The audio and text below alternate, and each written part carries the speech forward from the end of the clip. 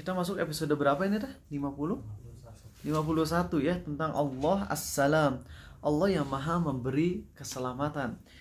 Bismillahirrahmanirrahim. Wassalatu wassalam ala Rasulillah. Innal hamdalillah nahmaduhu wa nasta'inuhu wa nastaghfiruh. Sungguh segala puja dan puji hanya milik Allah. Kita puji Dia, kita mohon perlindungan dan ampunannya. Wa na'udzubillahi min syururi anfusina wa min sayyiati a'malina. Kita mohon perlindungan kepada Allah dari keburukan diri kita dan keburukan amal perbuatan kita. May yahdihillahu fala mudhillalah. Barang siapa yang Allah beri hidayah, tak akan ada seorang pun yang bisa menyesatkan. Wa may yudlil fala hadiyalah. Dan barang siapa yang Allah sesatkan, tak akan ada seorang pun yang bisa memberi petunjuk. Asyhadu an la ilaha illallah. Aku bersaksi tiada Tuhan yang berhak disembah dengan benar kecuali Allah. Wa asyhadu anna Muhammadan abduhu wa rasuluh. Dan aku pun bersaksi Muhammad adalah hamba dan rasulnya. Amma ba'du. Saya lagi kita mengatakan Allahumma sholli wa sallim ala Muhammad wa ala ali Muhammad. Ya Allah, berilah kebaikan, kesejahteraan kepada beliau ya Allah, kepada Nabi Muhammad ya, dan juga kepada kita semua. Teman-teman semua, kita akan ngebahas tentang Allah As-Salam. Allah As-Salam. Nah, kita langsung bahas dulu aja dalilnya ya, biar kita beresin bab ini, kemudian kita baru pendalaman yang lebih dalam lagi. As-Salam itu kita bisa ngelihat dari dua sudut pandang. Allah As-Salam, kalau dilihat dari sudut pandang Allahnya, maka yang dimaksud Allah As-Salam adalah Allah yang selamat dari segala kecacatan. Allah yang maha selamat, Allah yang bersih dari segala kecacatan. Coba contoh kecacatan Rizky apa? Yang ada di pada manusia. Iya, sebutin ya. Oh, sebutin aja. Tidur. Nah, Allah suci dari perbuatan tidur itu. Ya, Daniel. Ngantuk. Allah suci dari ngantuk gitu. Allah nggak ngantuk. Capek. Betul sekali. Ini semua ada di ayat kursi. Masya Allah, tigaan kalian bersengkokol ya. Oke, Fahri. Butuh makan. Oh, pas banget dengan Khairul ini di sini. Si Khairul lapar. Aduh, jangan-jangan emang lagi lapar ya Fahri, yang butuh makan ya sekarang ya. Oke ya. Lapar. Ali. Lelah sama tadi. Haus biar CS sama Fahri ya. Terus Habibi. Buta. Dajjal buta. Allah nggak buta, betul. Genta. Udah semua. Yang terakhir gak apa-apa lah kasihan. Jadi Allah As-Salam artinya Allah maha selamat dari sifat-sifat kekurangan. Paham di sini? Sekarang masih dinama Allah As-Salam, tapi dilihat dari sudut pandang kita ya, yaitu Allah maha memberi keselamatan kepada kita, kepada hamba-hambanya. Ngerti kalian deh? Jadi kalau nyebut Allah As-Salam, itu kita bisa ngebahas dari dua sisi. Pertama, As-Salam dari sisi Allahnya, yaitu Allah selamat dari sifat-sifat kekurangan ya. Dan yang kedua, As-Salam, yakni Allah memberi keselamatan kepada kita. Oke, memberi keselamatan baik di dunia maupun akhirat. Paham sampai sini nggak? Ngerti? Alhamdulillah. Nah teman-teman, ketika kita udah paham makna Allah As-Salam ini, maka di sini ada satu hadis di mana dulu sahabat Nabi SAW itu ketika sholat pas tasyahud bacanya apa coba? Assalamu alallah min ibadih. Keselamatan untuk Allah dari hambanya. Nah di sini kita tahu ya bahwasanya Allah kan yang maha selamat ya. Ngapain Allah didoain selamat lagi? Gitu. Maka doa sahabat ini SAW ditegur oleh beliau. Oleh Nabi SAW ditegur, jangan kalian mengatakan keselamatan bagi Allah, semoga Allah diberi keselamatan, karena Allah lah pemberi keselamatan. Namun katakanlah yang diajarin dalam hadis tasyahud itu gimana? At-tahiyyatu lillah wassalawatu wattayyibat. Jadi jangan bilang assalamu anallah, kesejahteraan bagi Allah. Jadi nggak boleh kita ngedoain Allah ya. Yang boleh itu apa? Doa ke Allah. Oke, kalau ke Rizky boleh nggak Arizal doa ke Rizky? Doa ke saya. Murtad kalau Arizal doa ke Rizky. Tapi kalau ngedoain Rizky boleh nggak? Boleh. Beda ya. Kalau berdoa ke artinya kita minta ke Tuhan. Kalau mendoakan artinya kita minta ke Tuhan untuk memberi dia kebaikan. Nah kalau kita ngedoain Allah kebaikan, kita minta ke Allah biar Allah dikasih kebaikan. Allah nggak butuh ditambah kebaikan. Allah mau udah maha baik. Makanya kalau kalian lagi kunut, ya kunut subuh atau kunut taraweh, ketika imamnya bilang innaka taqdi wa la yuqda alaik. Ya Allah, engkaulah yang mengatur qada itu, engkaulah yang mengatur takdir. Tidak ada yang mengatur dirimu. Jangan bilang amin. Kan amin artinya kabulkanlah atau ya semoga dikabulkan. Masa kita kayak gini, ya Allah engkau maha baik, ya semoga aja engkau makin baik ya Allah. Ya gak boleh kayak gitu. Makanya kalau doa kunut yang diaminin tuh cuman bagian yang doa minta. Ya Allah beri aku keselamatan, ya Allah selamatkanlah kaum muslimin yang lagi ditindas, ya Allah buat mereka syahid, amin, amin, amin, amin. Tapi kalau di bagian yang memuji-muji Allahnya, lakal hamdu, ya Allah segala puji bagimu, jangan bilang amin. Masa kita bilang ya Allah engkau maha terpuji, ya semoga aja engkau maha terpuji ya Allah, kan gak sopan kayak gitu ya. Nah sahabat Nabi SAW ketika mengatakan assalamu alallah, jadi sahabat ngedoain Allah ya, semoga Allah selamat. Mereka niatnya baik.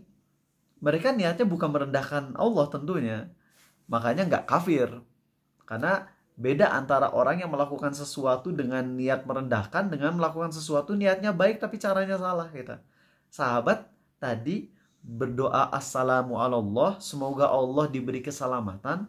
Itu karena emang nggak tahu. Dan memang dulu ketika sholat itu kan syariat Islam turunnya pelan-pelan. Bahkan Al-Fatihah aja diturunkannya yang sejauh yang A tahu di Madinah loh.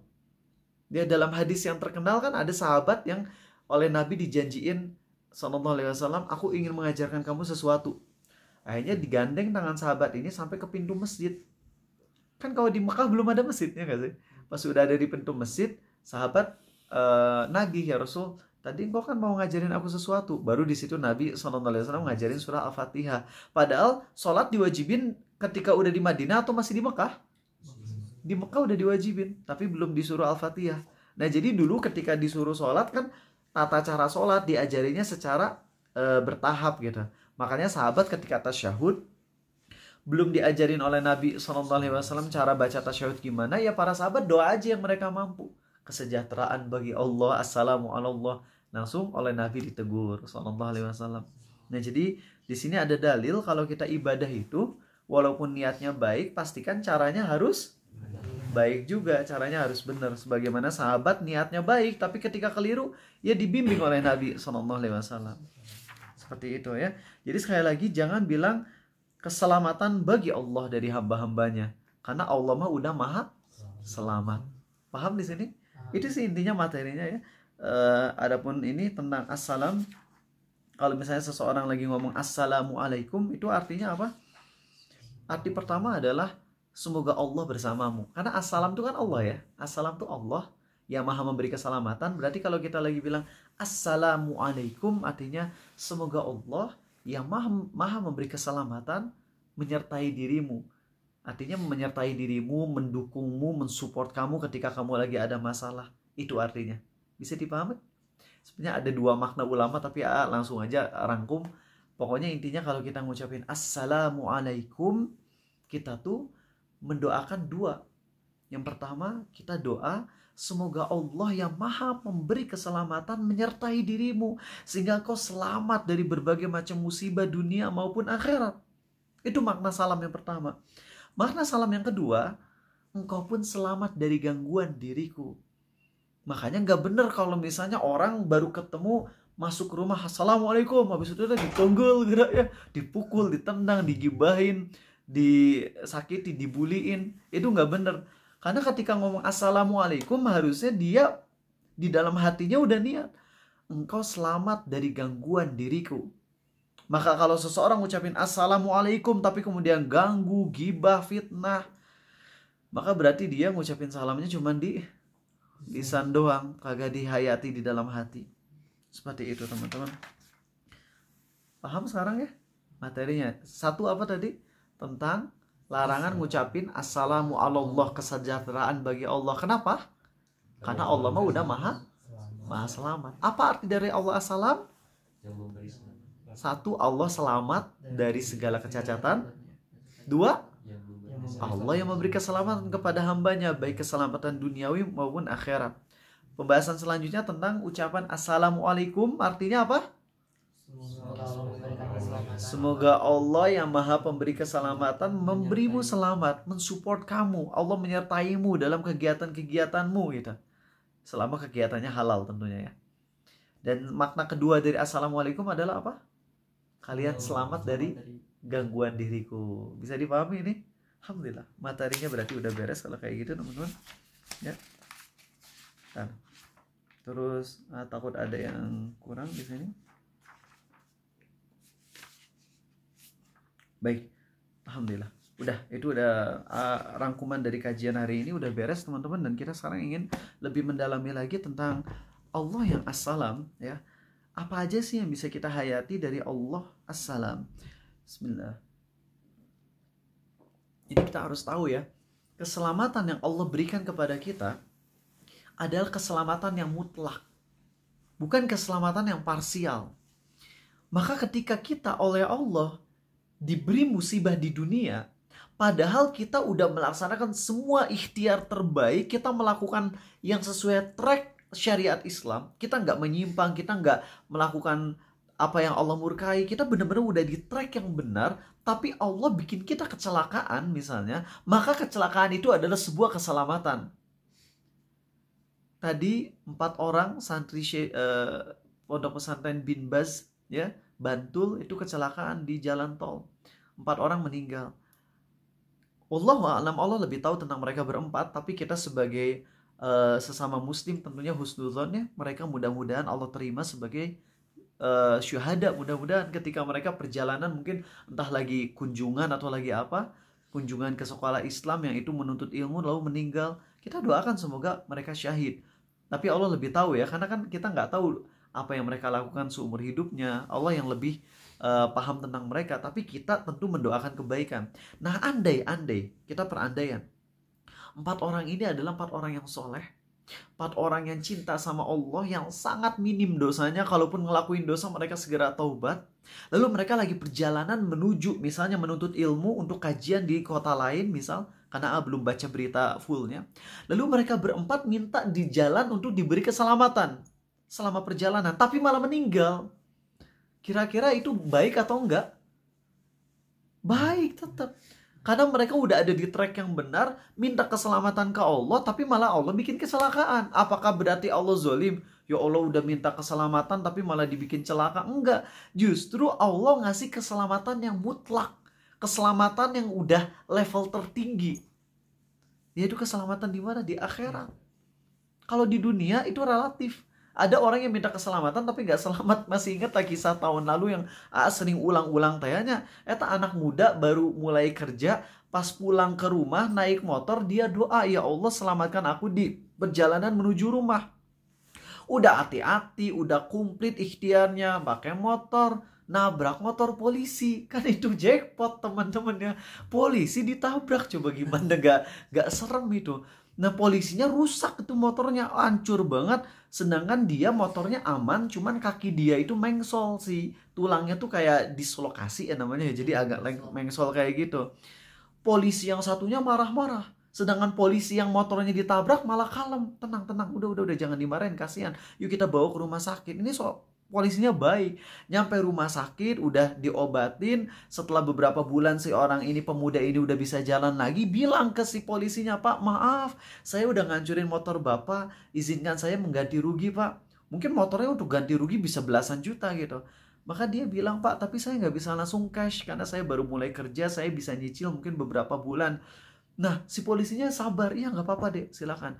1 bulan nyicil, 1 bulan nyicil, 2 bulan, 3 bulan, terus nyicil. Ketika udah bisa menggantikan motor polisi yang rusak, Pak polisinya langsung nanya, Dek udah nikah belum? Gitu.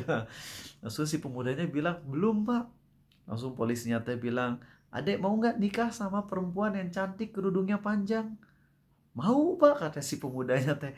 Bapak tahu dari mana saya suka sama yang cantik kerudungnya panjang? Polisinya bilang, karena adik berjenggot dan celananya ngatung. Cina katanya, Masya Allah. Akhirnya si polisinya nawarin dia si cowok ini untuk nikahin adik perempuannya. Jadi polisinya soleh, adik perempuannya juga soleh. Itu polisinya usianya 26 tahun. Adiknya tentu lebih muda. Tapi si polisi yang belum nikah ini dia biarin adik saya nikah duluan. Dia perempuan butuh pelindung.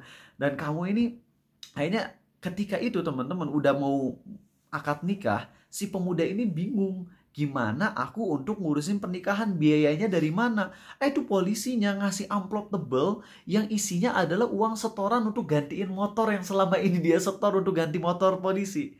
Jadi uang yang selama ini disetor mungkin puluhan juta atau belasan juta, itu dibalikin lagi ke pemuda tersebut. Dek, saya melihat adek orangnya sangat tanggung jawab, amanah. Saya nggak melihat ada orang yang lebih cocok untuk menjadi suami adik saya kecuali kamu, dek. Maka uang yang kamu kumpulkan untuk gantiin motor saya kumpulin untuk biaya pernikahan kamu dengan adik saya. Terus nikah, bahagia, punya anak, keluarganya harmonis. Itu kan keselamatan yang luar biasa.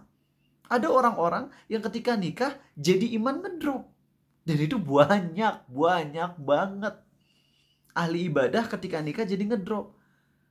Dan kalian harus tahu ini hakikat hidup di dunia itu, kita berhenti dari satu ujian, itu nggak akan beres, nggak akan enak. Kita baru enak tuh pas kapan? Pas sudah dicabut nyawanya oleh malaikat dalam kondisi kita taat di jalan Allah. Adapun kalau ujian tuh kita berhenti dari satu ujian, Allah kasih ujian yang lain. Dan keselamatan yang hakiki itu saat kita bisa selamat dari ujian tersebut. Sesuai dengan track yang Allah gariskan dalam syariat. Jadi ingat ya teman-teman, yang namanya keselamatan dari Allah itu, Allah ngasih keselamatannya, keselamatan yang hakiki. Keselamatan yang sempurna. Adapun di dunia, selamatnya sempurna atau enggak? Belum tentu. Ya ibaratnya ada orang yang lagi naik mobil, kemudian kecelakaan. Yang satu mati langsung, yang satu masih hidup. Yang masih hidup kira-kira ngomong gimana? Alhamdulillah ya Allah saya nggak kecelakaan. Oke, alhamdulillah syukur. Tapi 2 hari kemudian si yang selamat ini dibunuh dengan cara pelan-pelan dimutilasi. Dimutilasi. Jadi kakinya dulu jempol dipotong-potong dulu gitu ya sampai badannya yang terakhir baru dibunuh. Dari sisi sadisnya lebih sadis yang kedua atau yang pertama? Yang kedua lah. Yang pertama mah langsung kecelakaan mati nggak sakit. Yang kedua dicincang habis-habisan. Berarti ketika si yang kedua tadi yang telat meninggalnya, telat tanda kutip ya, maksudnya nggak ikut meninggal pas kecelakaan mobil, dia kan ngomong alhamdulillah saya selamat. Bagus, dia bagus ngomong selamat alhamdulillah. Emang kita dituntut untuk ngucapin alhamdulillah saat kita selamat. Tapi ketika kita ngelihat dari overall, dari secara keseluruhan, ternyata yang kedua lebih parah nih, mending mati yang pas tadi gitu ya. Mending mati pas kecelakaan mobil daripada matinya sekarang dicincang pelan-pelan. Nah, yang Allah tawarkan ke kita itu adalah keselamatan yang hakiki. Keselamatan yang hakiki itu di mana? Akhirat. Walaupun keselamatan yang hakiki itu di akhirat, tentunya kita juga minta keselamatan dunia, nggak ada salahnya ya. Jadi jangan kira yaudah mending sekarang di dunianya celaka aja deh, asal di akhiratnya selamat. Gak gitu konsepnya. Di dunia minta keselamatan. Tapi kalau udah minta keselamatan ternyata gak selamat, yakin Allah gak akan sia-siakan permohonan kita tersebut. Bisa dipahami teman-teman? Susah gak bahasa Arizal? Bisa ya? Insya Allah. Nah, kalian harus paham ini baik-baik teman-teman. Allah Maha Pemberi keselamatan. Kita bahas dulu keselamatan di dunianya dulu ya. Aku punya salah satu murid dari SMK di Cianjur. Dia orangnya ya emang Allah uji dengan agak kemayu ya. Agak kemayu karena mungkin faktor didikan dulu pas kecilnya agak kemayu. Tapi dia bukan gay. Dia bahkan benci banget sama gay. Nah dia tuh ini murid Arizal yang kemayu ini dia jadi selebgram. Sering posting foto-foto kayak gitu dengan gaya yang agak kemayu gitu, agak kecewek-cewekan. Dan itu banyak yang ngechat cowok-cowok gitu. Hey adek, semalam berapa? Astagfirullah kayak gitu. Dia jijik banget digituin ya. Dia blok. Dia bikin bisnis dan Masya Allah sekarang duitnya udah di atas 1 miliar. Usianya baru 21 tahun. Duitnya udah 1 miliar plus gitu. Dan dia pokoknya tinggalin itu Instagram. Saya gak mau lagi kayak gini. Saya mending fokus kerja aja. Dia bikin bisnis tapi bisnisnya cuman bertiga doang gitu. Dan itu Masya Allah udah 1 miliar lebih. Nah teman-teman, dia gak mau main Instagram lagi dengan kayak gitu, posting-posting foto dia yang agak kemayu kayak gitu, dalam rangka apa? Untuk menghindari para pelangi dari nyerang dia. Karena dia gak mau jatuh ke dosa pelangi gitu. Dan dia pun benci dengan kaum gay. Berarti dia berusaha untuk selamat dari dosa gak? Berusaha. Bagus gak? Bagus. Apakah berhenti di situ ujiannya? Dia bisnis duitnya gede. Bisnis dia lebih ke bisnis yang kayak human resources lah, pokoknya bukan dengan barang, dia bukan jualan barang tapi jualan jasa gitu. Itu luar biasa. Walaupun dia super kaya tapi tawadu banget orangnya tuh, Masya Allah. Kalau datang ke Jakarta tuh dia nanya-nanya tentang agama, dia bener-bener low profile lah, bagus gitu. Apa yang terjadi teman-teman? Setelah dia duitnya banyak, dia ingin bahagiain orang tuanya. Dia kasih orang tuanya duit banyak. Tahunya orang tuanya ketika anaknya ngasih duit banyak, tahu orang tuanya menggunakan duit itu untuk apa? Untuk jadi lintah darat, untuk jadi rentenir. Akhirnya murid Arizal ini nyesel, saya nyesel ngasih uang banyak ke orang tua tapi malah dijadiin buat ini. Nah, ingetin ke dia bahwasanya, atau ke kalian semua, ingetin, ketika kita selamat dari satu dosa, itu bakalan ada ujian dosa yang baru. Apa yang akan bikin kita selamat total? Ya ketika kita tetap ada di track Allah, itu aja. Ya. Jadi jangan kira udah beres dari satu dosa ini, alhamdulillah selamat. Enggak, akan ada ujian dosa yang baru. Dan kalau kita mau selamat yang hakiki, kita tuh harus berhenti dari semua dosa tersebut. Sedangkan manusia nggak luput dari dosa. Berarti perjuangan untuk selamat tuh sampai kapan? Sampai mati. Karena kita lemah, maka kita minta ke Allah terus-terusan. Jangan berhenti minta keselamatan. Beres sholat kan kita baca Allahumma antas salam wa minkas salam tabarakta ya dzal jalali wal ikram. Ya Allah, Engkau maha selamat, Engkau pemberi keselamatan, maha berkah dirimu ya Allah yang memiliki keagungan dan kemuliaan. Dan kita minta ke Allah, ya Allah selamatkan aku. Baca teman-teman doanya Allahumma salim ya Allah selamatkan aku. Sering-sering baca doa ini teman-teman. Ingat, keselamatan yang hakiki adalah keselamatan apa? Akhirat. Dan keselamatan akhirat bisa kita dapat dengan cara apa? Tetap di atas jalan Allah. Tetap terus di atas jalan Allah. Itu keselamatan yang hakiki. Orang-orang yang free sex, yang mereka cari itu keselamatan dari apa? HIV kan? Makanya ketika lagi mereka mungkin berhubungan free sex kayak gitu, mereka pakai pengaman gitu. Biar gak kena HIV, biar gak kena AIDS. Dan mereka gak kena. Ketika gak kena, mereka ngucapin apa? Pelacur-pelacur misalnya gitu ya. Ditanya, Mbak kena HIV gak? Apa jawabannya? Alhamdulillah gak kena gitu. Astagfirullah. Alhamdulillah gak kena HIV. Agak lucu juga sih kalau ngomong kayak gitu ya. Alhamdulillah gak kena HIV. Iya bener lah, alhamdulillah. Cuman kamu juga harusnya lebih banyaknya ke apa? Astagfirullah gitu lah. Astagfirullah gak kena HIV. Itu kan luar biasa tuh, salah satu jemaah Ustadz Nuzul yang ngirim surat dari penjara kan. Cewek gitu.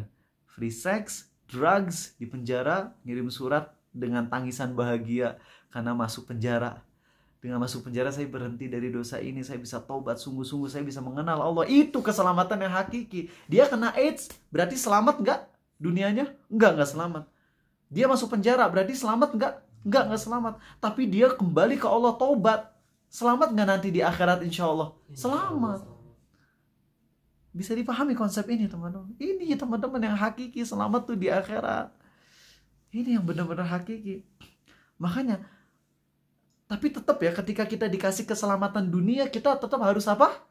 Bersyukur. Jangan kemudian kita udah selamat dari kecelakaan, ini bukan keselamatan yang sesungguhnya. Ya nggak gitu dong. Tetap atuh syukur ke Allah. Ente kayak sombong banget. Justru ketika kita dapat keselamatan dunia, kita syukur. Tapi sambil syukur pun kita di hati tetap yakin bahwasanya keselamatan yang hakikinya di akhirat. Maka kita jangan lengah. Jangan lengah, tetap berlindung ke Allah, tetap minta keselamatan yang hakiki. Allah sebutkan, lihat bagaimana Allah yang maha baik menyelamatkan warga Mesir dan sekitarnya dari kelaparan dengan cara apa? Nabi Yusuf dimasukin ke penjara. Nabi Yusuf dibuang kakaknya, lalu masuk penjara. Dan semua step-step yang panjang itu adalah cara Allah nyelamatin warga Mesir dari kelaparan. Itu sesuai nama Allah as-Salam nggak? Sesuai. Tapi apakah warga Mesir mereka selamat hakiki? Jawabannya enggak. Karena yang beriman sama Nabi Yusuf itu cuma dikit.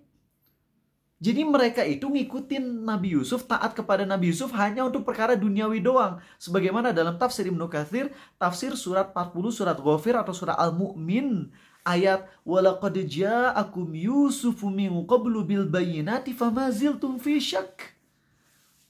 Yusuf telah datang dulu kepada kalian, warga Mesir, tapi kalian senantiasa ragu dengan ajarannya. Kata Ibnu Katsir apa? Yakni warga Mesir taat sama Nabi Yusuf, karena Nabi Yusuf itu petinggi Mesir, tapi hanya taat dalam perkara-perkara duniawi. Tapi dalam perkara-perkara tauhid, mereka nggak mau ngikut ajaran Nabi Yusuf. Jadi warga Mesir mayoritasnya selamat atau nggak selamat tuh? Nggak selamat. Masuk neraka jahanam selamanya. Itu Mesir yang dulu ya, bukan nggak lagi ngomong Mesir yang sekarang. Ya, Allah lebih tahu tentang Mesir yang zaman sekarang. Tapi Mesir yang disebutkan oleh Allah dalam surat 40, itu mereka warganya nggak beriman sama Nabi Yusuf. Kecuali sedikit doang. Mereka cuma taat sama Nabi Yusuf. Mereka tanda kutip law tawadu di hadapan Nabi Yusuf untuk perkara duniawi doang. Adapun perkara agama tauhid enggak beriman. Seperti itu. Ya. Dan kita cari, target kita adalah keselamatan yang hakiki di akhirat. Itulah assalam, teman-teman. Dan banyak kisah-kisah indah tentang bagaimana Allah selamatkan akhirat, insya Allah. Kenapa Allah ngomong insya Allah? Karena sebagian ada yang memang udah mati dalam kondisi pasti selamat di akhirat. Seperti contohnya para syuhada di zaman Nabi SAW. Mereka kan udah dijamin masuk surga ya. Berarti selamatnya hakiki nggak? Hakiki. Tapi ada juga yang selamat, tapi kita bilangnya mudah-mudahan. Kenapa mudah-mudahan? Karena masih proses, karena belum mati. Kan kalau belum mati bisa aja dicabut lagi hidayah gitu. Di daerah Arab sana ada sepasang suami istri yang nyewa pembantu. Suami istri ini kafir. Nyewa pembantu, pembantunya kafir juga. Ya. Dan kemudian si pembantunya ini lebih cantik daripada istrinya. Istrinya iri. Pas suaminya lagi pergi kerja, pembantunya dibunuh sama istrinya. Suami pulang ngelihat pembantunya udah mati, bingung. Si suaminya nggak bisa ngapa-ngapain karena mungkin dia kaget istrinya berani ngebunuh si pembantunya. Akhirnya yang diapain tuh pembantunya? Dimutilasi rame-rame. Suami istri mutilasi pembantunya. Setelah dimutilasi, disumputin, waktu berjalan panjang dan akhirnya ketahuan nih. Dan si suami istri ini dimasukin ke penjara. Dimasukin ke penjara. Setelah masuk ke penjara, dapat dakwah kan, syekh-syekh suka datang ke penjara ngasih dakwah. Akhirnya sepasang suami istri ini masuk Islam. Setelah masuk Islam, punya anak, anaknya jadi hafiz Quran. Lihat bagaimana Allah ngasih keselamatan agama lewat si suami istri ini ngebunuh. Tapi jangan dipraktekin kalian ya. Mau dapat hidayah dengan cara ngelakuin dosa itu. Cuman yang kita ngelihat bagaimana Allah ngasih keselamatan kepada hambanya dengan cara-cara yang dalam sudut pandang kita tuh unik. Karena Allah Maha Kuasa. Innallaha qadir wa huwa qadir. Dan Allah tuh Maha Kuasa, teman-teman. Innallaha ala kulli syai'in qadir. Dan dua yang pengen saya sampaikan sekarang adalah tentang bagaimana seharusnya kita setiap kali membaca kisah-kisah tentang perang di zaman Nabi SAW, langsunglah ingat Allah As-Salam. Masih ingat bagaimana perang Khandaq, di mana dulu Nabi SAW perang melawan orang-orang yang bersekutu, dan itu kalau Nabi kalah SAW, habis Islam. Karena posisinya tuh perangnya defensif. Kalau orang musyrikin berhasil masuk Madinah, lalu dihancurin tuh Madinah, udah Islam tuh bakalan musnah, gak akan sampai ke kita. Tapi lewat bagaimana Allah menyelamatkan kaum muslimin, lewat beberapa tentaranya. Lewat ide Salman Al-Farisi. Gara-gara Salman Al-Farisi atas izin Allah tentunya, itu kaum musyrikin jadi gak bisa masuk Madinah. Kemudian juga orang Yahudi yang mau nyerang dari belakang, mereka takut kocar-kacir lewat bibinya Nabi SAW, Sofia. Itu bagaimana ada Yahudi yang mau ngegempur para sahabat perempuan yang lagi disimpan di rumah, diamanin di rumah. Orang Yahudi yang harusnya mendukung kaum muslimin malah nyerang dari belakang. Tapi Yahudi ini akhirnya datang, pas mau datang nyerang rumahnya, bibinya Nabi SAW ngambil tongkat gede, langsung si Yahudinya dipukul. lehernya dipukul sampai potong tuh kepalanya, dicabut lehernya oleh bibinya Nabi SAW. Ada Yahudi lewat, dilempar itu kepala Yahudinya, akhirnya tentara Yahudinya pada kocar-kacir takut gitu ya. Ini lihat bagaimana Allah menyelamatkan kaum muslimin lewat hamba-hambanya yang Allah pilih. Kemudian ada di antara tentara kafir yang tiba-tiba ingin masuk Islam. Setelah masuk Islam, si tentara yang awalnya kafir kemudian masuk Islam ini mengadu domba antara kaum musyrikin Al-Ahzab. Sehingga kaum musyrikin Al-Ahzab ini saling kocar-kacir. Mereka saling perang satu sama lain jadinya. Belum lagi angin topan. Nah, ketika kita ingat dengan kisah-kisah peperangan di zaman Nabi SAW, lalu mereka menang, lalu Islam jadi sampai ke kita, ingatlah siapa yang ngelakuin itu semua? Allah As-Salam. Allah berkehendak untuk memberi keselamatan yang hakiki kepada hambanya. Maka setiap kali kita membaca kisah tentang peperangan, langsung kita ingat, ya salam, ya Allah, Kau yang selamatkan Nabi SAW di perang Uhud. Padahal di perang Uhud itu bisa aja beliau meninggal. Lalu Islam gak sampai ke kita. Berarti kita kafir. Tapi Engkau yang nyelamatin beliau. Ya salam. Ya. Itu yang pingin banget kalian pegang selalu setiap kalian membaca kisah tentang perang di zaman Nabi SAW. Dan sekarang teman-teman, bagian terakhir, dan ini bagian yang harap kalian bisa benar-benar ingat, kalau bisa hafalin ayat-ayatnya. Kalau Allah sedang membicarakan tentang azab akhirat, itu bukan karena Allah kejam, tapi justru karena Allah sayang kepada hambanya. Allah berfirman dalam surah Ali Imran, wa yuhadzirukumullahu nafsah wallahu raufum bil ibad. Allah itu mengingatkan kalian dari siksanya, dan Allah sayang kepada hamba-hambanya. Kalau Arizal tahu, Ki, di depan situ ada jurang, Ki, isinya itu berbagai macam beling. Ingetin Rizky, Ki, hati-hati ya, di situ ada jurang buatan saya. Saya sengaja bikin jurang tersebut untuk orang-orang jahat. Rizky jangan sampai jatuh ke sana. Itu berarti ngingetin Rizky itu karena Arizal iseng atau Arizal baik ke Rizky? Baik. Allah siapkan neraka jahanam untuk hamba-hambanya yang buruk, yang kafir, yang gak mau taat sama dia. Di sisi yang sama Allah ngingetin kita dari azab jahanamnya. Bukan karena Allah kejam, tapi Allah ingin kita selamat. Itu logika simpelnya. Nah teman-teman, ayo membaca surah Al-Hadid. Rizky bisa buka Quran, ada di handphone? Terjemahannya aja, apa yang ngebaca dulu, kalian ngedengerin baik-baik ya. Ini ada di surat Al-Hadid, surat ke-57 ayat ke-13. Yauma taral mu'minin, ada nggak? 57 ayat ke-13. Itu yauma taral mu'minin bukan? Iya. Benar? Yauma yaqulu. Oh, berarti ayat ke-12-nya. Yauma taral mu'minin wal mu'minat. Ada ya? Mau baca dulu, kalian juga coba hayati ya yang ada terjemahan Quran. Coba kalian berjuang untuk menghayati ini. Baca dulu sekilas, nanti akan menyampaikan tafsir dan tadaburnya sesuai penjelasan ulama terhadap ayat-ayat ini. Ini dalam banget teman-teman. Dan kalian akan tahu bagaimana Allah As-Salam yang mengingatkan kita dengan ayat-ayat ini agar kita selamat di akhirat dengan keselamatan yang hakiki. Sekedar spoiler dulu sebelum menyampaikan ayat ini. Ini adalah salah satu scene terseram yang ada di Quran. Ini adalah salah satu adegan, tapi bukan adegan drama. Ini adegan kejadian nyata yang paling menyeramkan yang Allah gambarkan di dalam Al-Quran. Kalau kita bisa membayangkan seremnya kejadian ini, maka ketahuilah nanti pas kejadian di hari H-nya itu lebih serem lagi. Karena kita tahu ketika Allah membicarakan tentang surga dan neraka itu untuk kita bayangkan, tapi kita yakin apa yang kita bayangkan tuh gak seseram apa yang aslinya. Artinya yang aslinya lebih serem lagi. Mulai baca ya. A'udzubillahi minasyaitonirrajim. Yauma taral mu'minina wal mu'minati yas'a nuruhum baina aydihim wa bi aymanihim.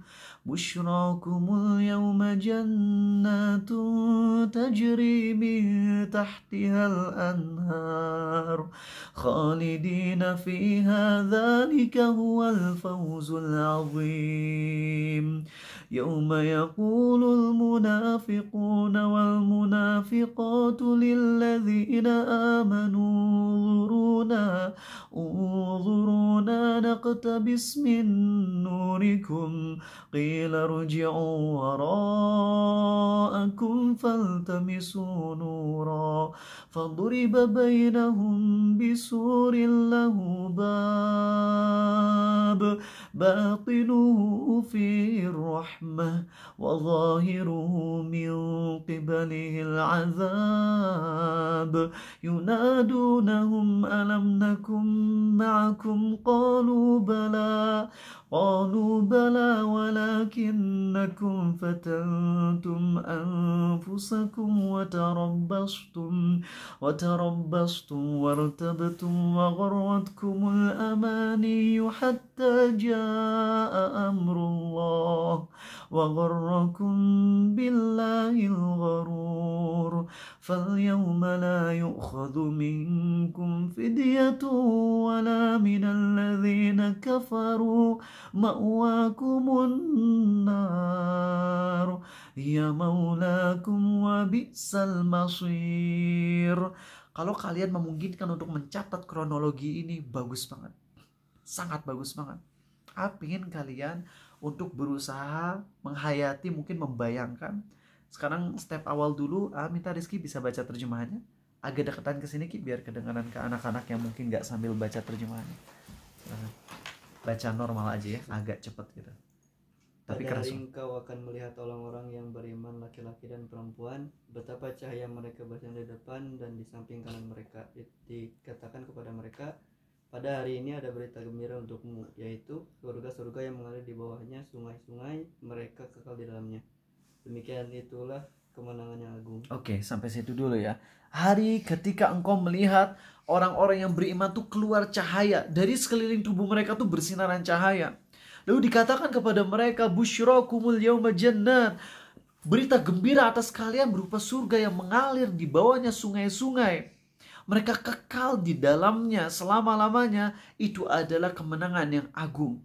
Sampai situ. Satu ayat lagi, nanti sisanya sama Arizal. Pada hari orang-orang munafik, laki-laki dan perempuan berkata kepada orang-orang yang beriman, tunggulah kami ingin mengambil cahayamu. Kepada mereka dia katakan, kembalilah kamu ke belakang dan carilah sendiri cahaya untukmu. Lalu di antara mereka dipasang dinding pemisah yang berpintu. Di sebelah dalam ada rahmat dan di luarnya hanya ada azab. Oke, baik teman-teman. Ini adalah kejadian di mana, masih ingat? Di mana? As-Sirat. Ini adalah kejadian setelah selesai padang mahsyar yang lamanya 50.000 tahun. Allah akan bentangkan As-Sirat, satu jembatan yang lebih tipis daripada rambut dan lebih tajam daripada pedang, yang kaum muslimin akan menyeberanginya. Ada yang secepat kilat, kata Nabi SAW. Ada yang seperti unta lari, ada yang seperti kuda, ada yang jalan, ada yang lari, ada yang merangkak, sesuai dengan kadar amalnya. Jadi ingat, ayat ini kondisinya adalah di ending padang mahsyar menuju apa? As-Sirat. Dan di depan As-Sirat nanti tinggal ada Al-Qintoroh, kemudian surga. Dan ini scene-nya, sekali lagi scene di sini bukan bermaksud film ya, tapi ini kejadian real nyata di padang mahsyar endingnya, yaitu ketika udah dibentangkan As-Sirat yang di bawahnya ada neraka jahanam yang warnanya lebih hitam daripada batu yang hitam. Coba bagaimana kata Allah sih? Setelah awal kita disuruh bayangin dulu nih teman-teman. Coba bayangin orang-orang yang beriman, di seluruh tubuh mereka ada cahaya, dan dengan cahaya itulah mereka bisa menyeberangi As-Sirat, dan Allah beri kabar gembira berupa surga. Kenapa butuh cahaya di atas As-Sirat? Karena di bawah As-Sirat ada jahanam yang warnanya lebih hitam daripada batu yang hitam, gelap teman-teman. Padang mahsyar menyeramkan, penuh siksaan.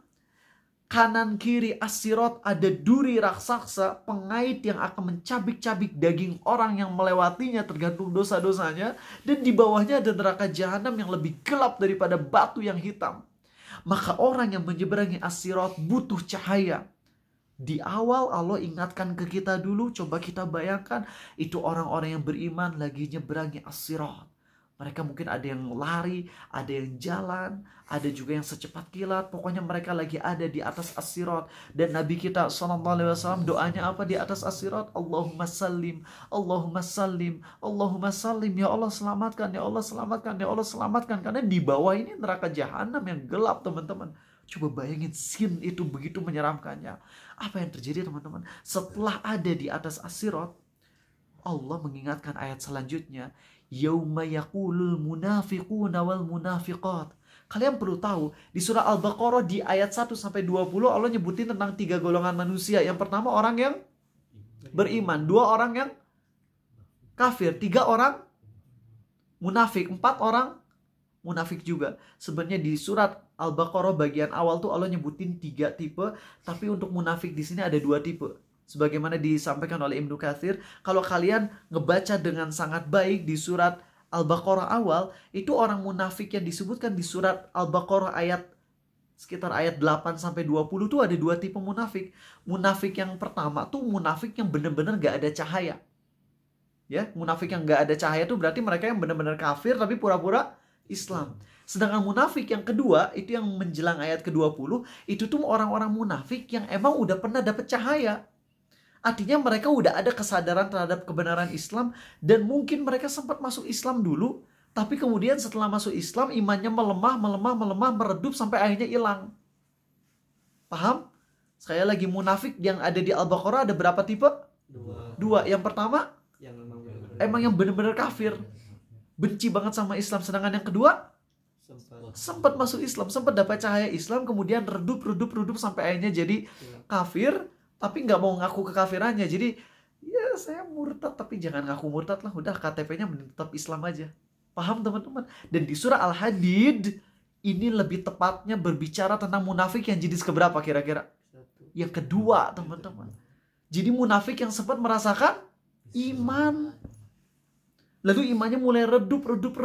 Ini teman-teman, itu bagaimana Allah gambarkan dengan sangat baik sekali. Bahkan kata demi katanya tuh sangat tersusun rapi.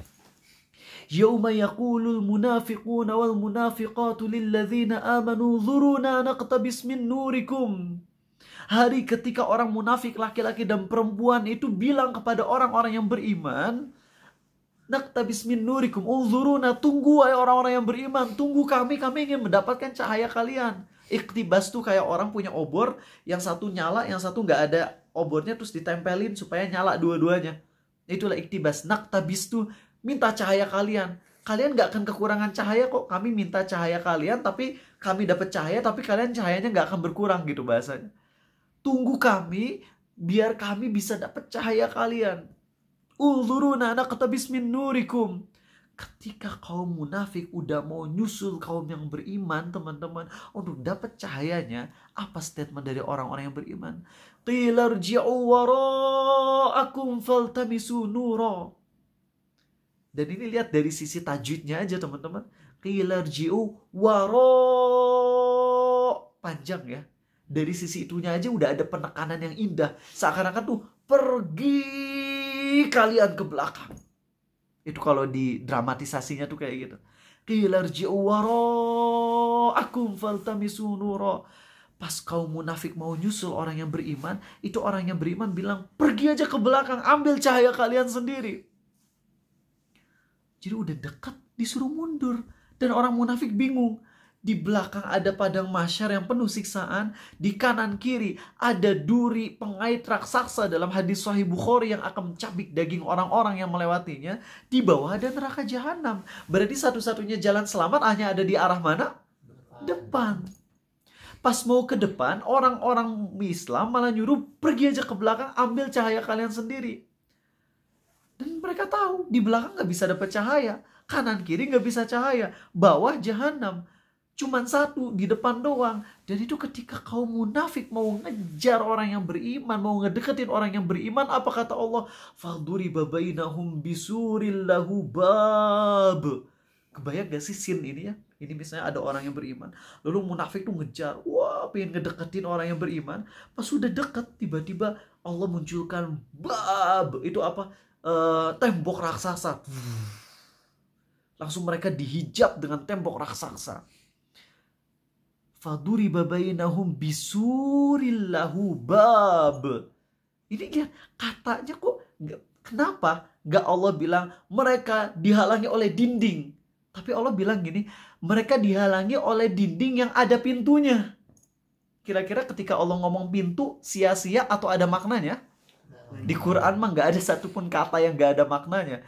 Kan kalau mau simple gini ya, orang munafik ngejar orang yang beriman lalu mereka dihalangi sama dinding, titik, beres ya. Tapi Allah berfirman apa? Mereka dihalangi oleh dinding yang ada pintunya. Coba teman-teman, kalau ada dinding raksasa, kita tahu kita udah nggak bisa ngelewat. Putus asa nggak kita? Putus asa. Tapi kalau kita ngelihat ada dinding tapi ada pintunya, kira-kira kita masih ada harapan nggak? Masih. Walaupun ini dindingnya besar tapi ada pintunya. Kalau ada pintunya minimal bisa apa? Bisa didobrak. Kalaupun nggak bisa didobrak, minimal dari pintunya kita bisa ngomong gitu. Oh, tok tok tok tok tok. Tolong dong gitu. Ngerti gak maksudnya? Lihat bagaimana Allah gambarkan itu. Bisurillahu bab. Ada tembok yang ada pintunya. Dan kata Allah apa? Batinuhu fihir rahmah. Di dalamnya ada kasih sayang Allah. Wa zahiruhu min qibalihil azab. Dan di belakangnya, di baliknya ada azab. Bayangin itu. Kebayang gak sih pas sudah lari ngedeketin kaum yang beriman. Langsung ada tembok raksasa, ada pintunya. Di dalamnya rahmat, di belakangnya azab. Habis itu apakah kaum munafik putus asa? Belum putus asa. Mereka ngomong ke orang yang beriman. Apa ucapan kaum munafik? Alam nakum ma'akum. Hai orang-orang yang beriman, bukankah dulu kami itu bersama kalian? Dulu kami kan satu tim dengan kalian gitu bahasa kitanya. Sama-sama beriman. Dan kira-kira orang yang beriman mendustakan itu atau membenarkannya? Membenarkan. Kalau bilang bohong, itu kan langsung udah gitu ya. Tapi ternyata orang yang beriman bilang apa? Qalu bala. Bener. Kami ngaku kok. Kalian emang dulu bareng sama kami. Mungkin kalian dulu sholat bareng kami, puasa bersama kami, haji bersama kami. Qalu bala, kata orang yang beriman. Benar. Kalian dulu bareng sama kami. Walakinnakum. Pahami 4 poin ini baik-baik ya.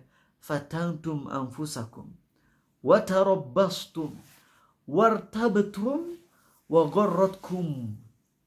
Lihat, ini Allah sebutin 4-nya kok berurutan banget yang kalau kita berusaha menghayatinya, this is so amazing man. Kenapa ini 4 kata ini gak diacak aja? Kenapa harus dengan urutan ini? Itu secara logisnya, secara psikisnya sangat dalam banget.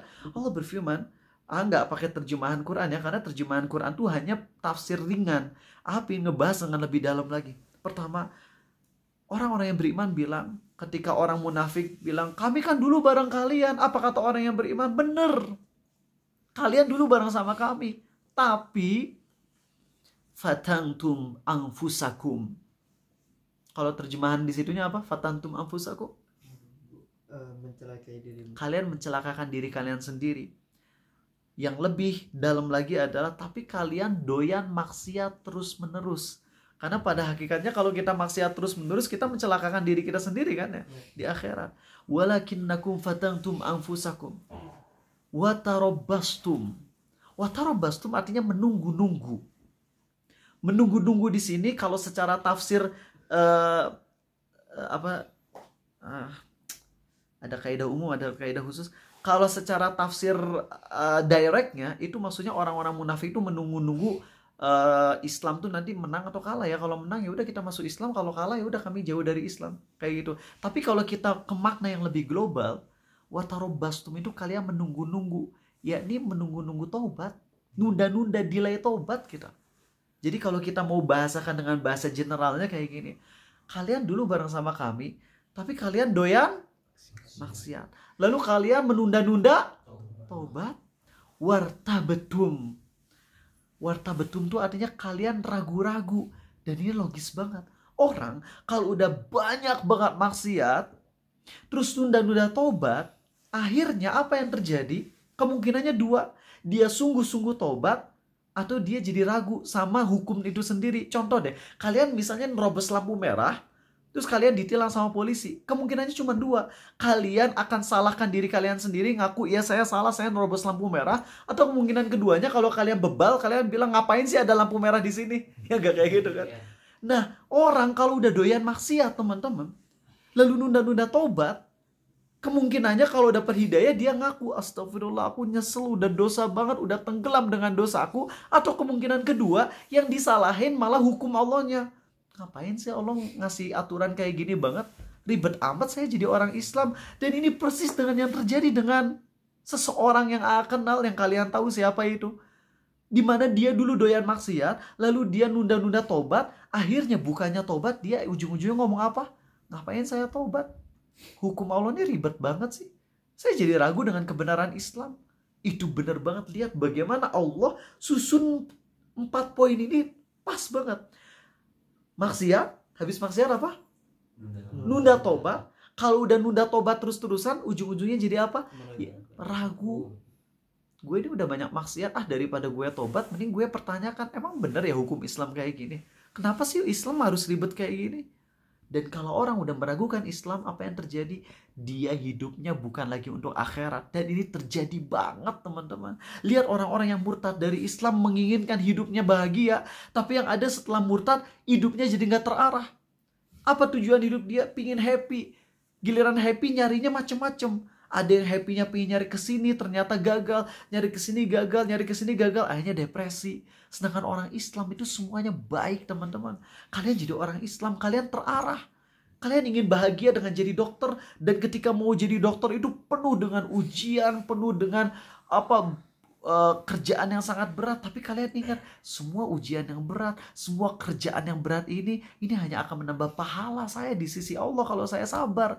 Jadi dia bahagia walaupun dengan ujian yang berat tersebut. Terarah orang Islam mah. Ketika dia lagi dapat musibah, dia sabar, itu dia jadi kebahagiaan. Ketika dapat nikmat, dia gunakan nikmat itu untuk kebaikan, itu juga jadi kebahagiaan. Orang Islam itu terarah banget. Di posisi apapun terarah. Tapi kalau orang udah murtad kayak tadi, gak ada arah lagi. Dan itu terjadi kan sama, gak mau nyebut karena dia udah masuk Islam lagi. Tapi dia ketika dulu murtad, dia ngaku.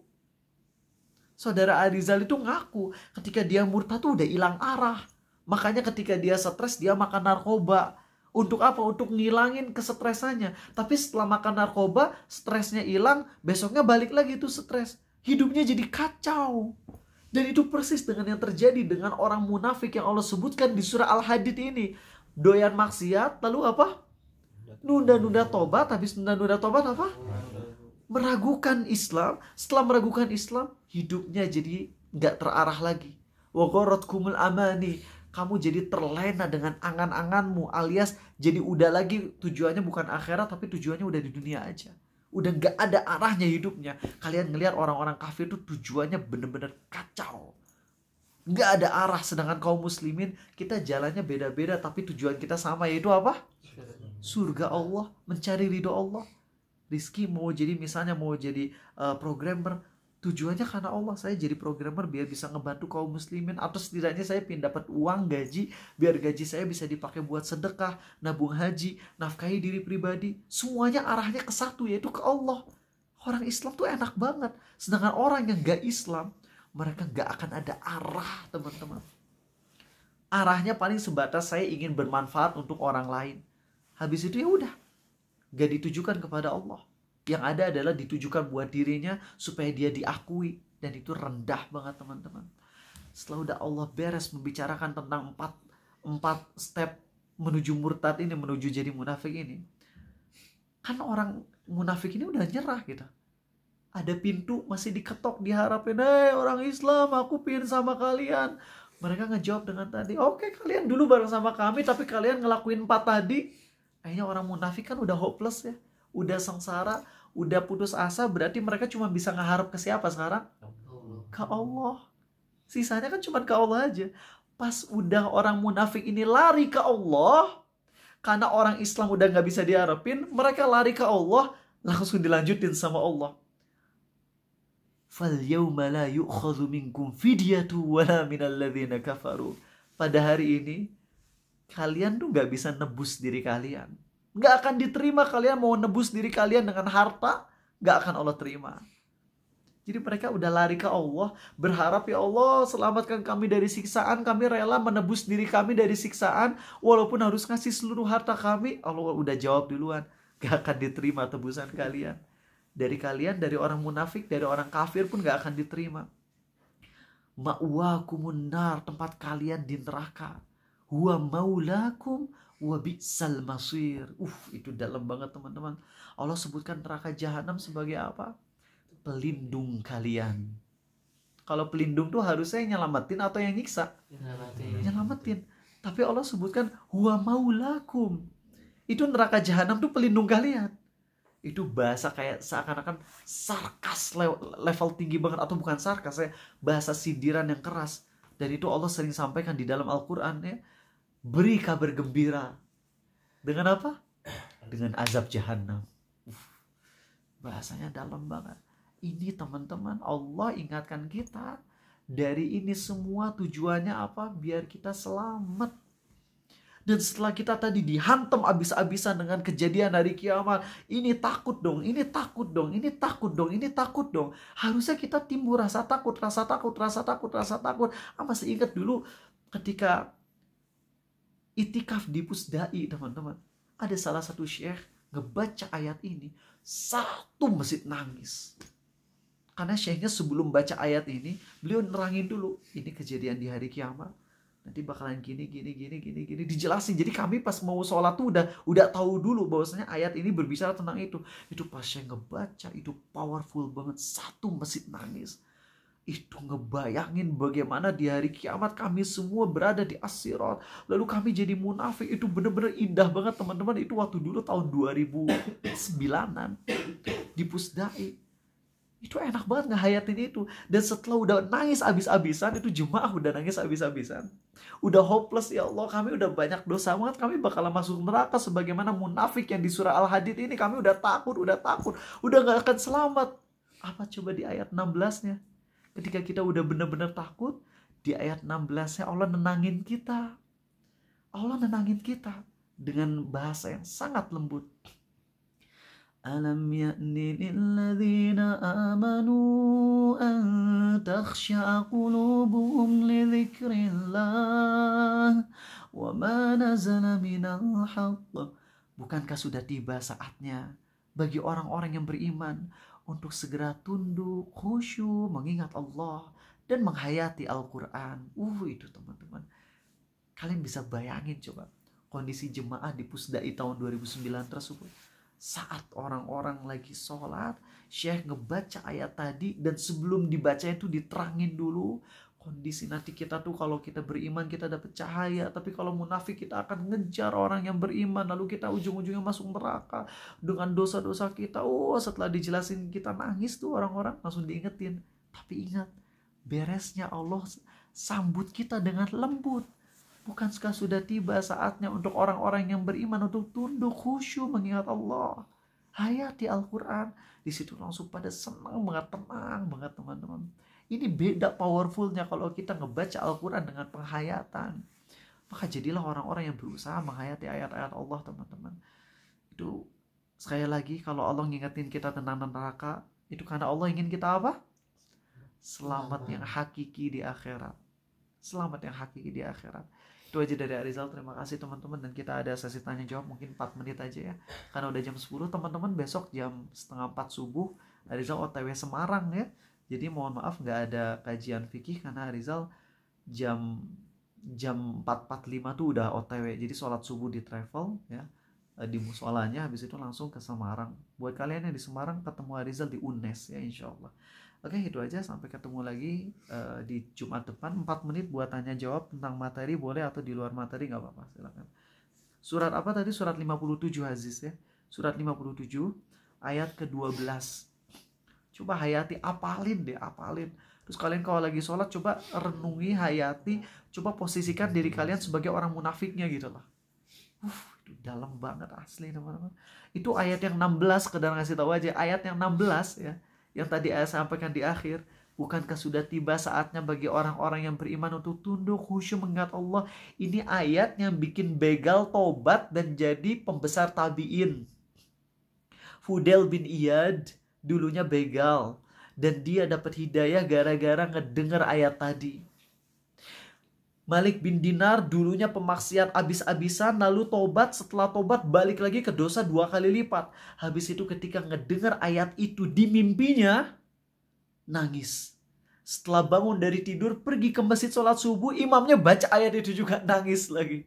Terus jadi salah satu ulama di kalangan salaf.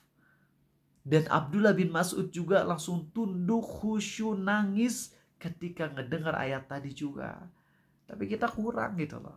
Kita kurang menghayati ayat-ayat Allah. Makanya mari kita berubah teman-teman. Hayati itu ayat-ayat Allah.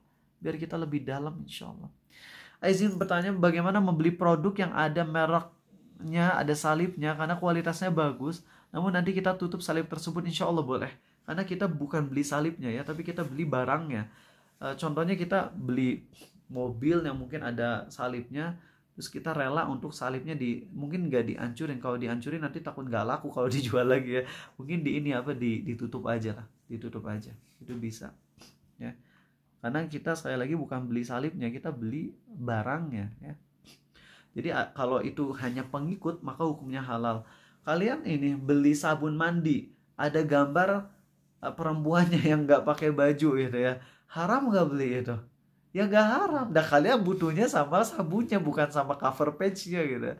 Dan orang-orang yang ngejualnya apakah dapat dosa jariah karena menyebarkan cewek-cewek gak nutup aurat? Ya enggak. Karena para penjualnya niatnya ngejual sabun, bukan niat ngejual majalah yang gak bener. Jadi gak apa-apa. Karena itu sebagai pengikut, tabi' ya. Tabi' alias pengikut itu hukumnya tidak dianggap.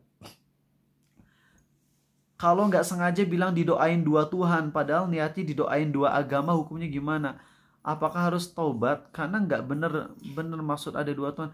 Didoain 2 agama tuh gimana? Kalau didoain 2 agama, tapi dua-duanya berdoa kepada Tuhan selain Allah, itu juga kekafiran. Ya, jadi jangan bilang didoain 2 Tuhan. Didoain 2 agama.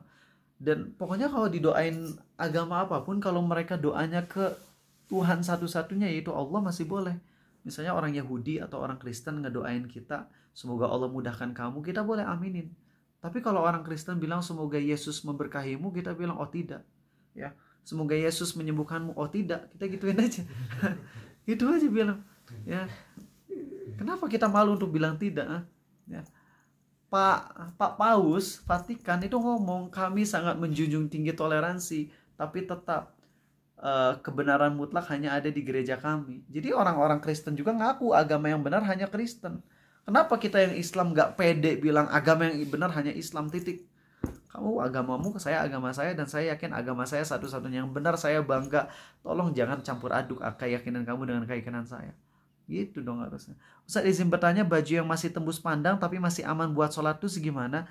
Jadi yang masih aman itu kalian gini ya, cara untuk menentukan tembus pandang yang masih aman itu adalah ketika kalian menggunakan pakaian tersebut, kalian gak akan terlihat warna kulitnya. Ya. Dan itu caranya gimana? Kalian coba kain sarung ya, sarung aja.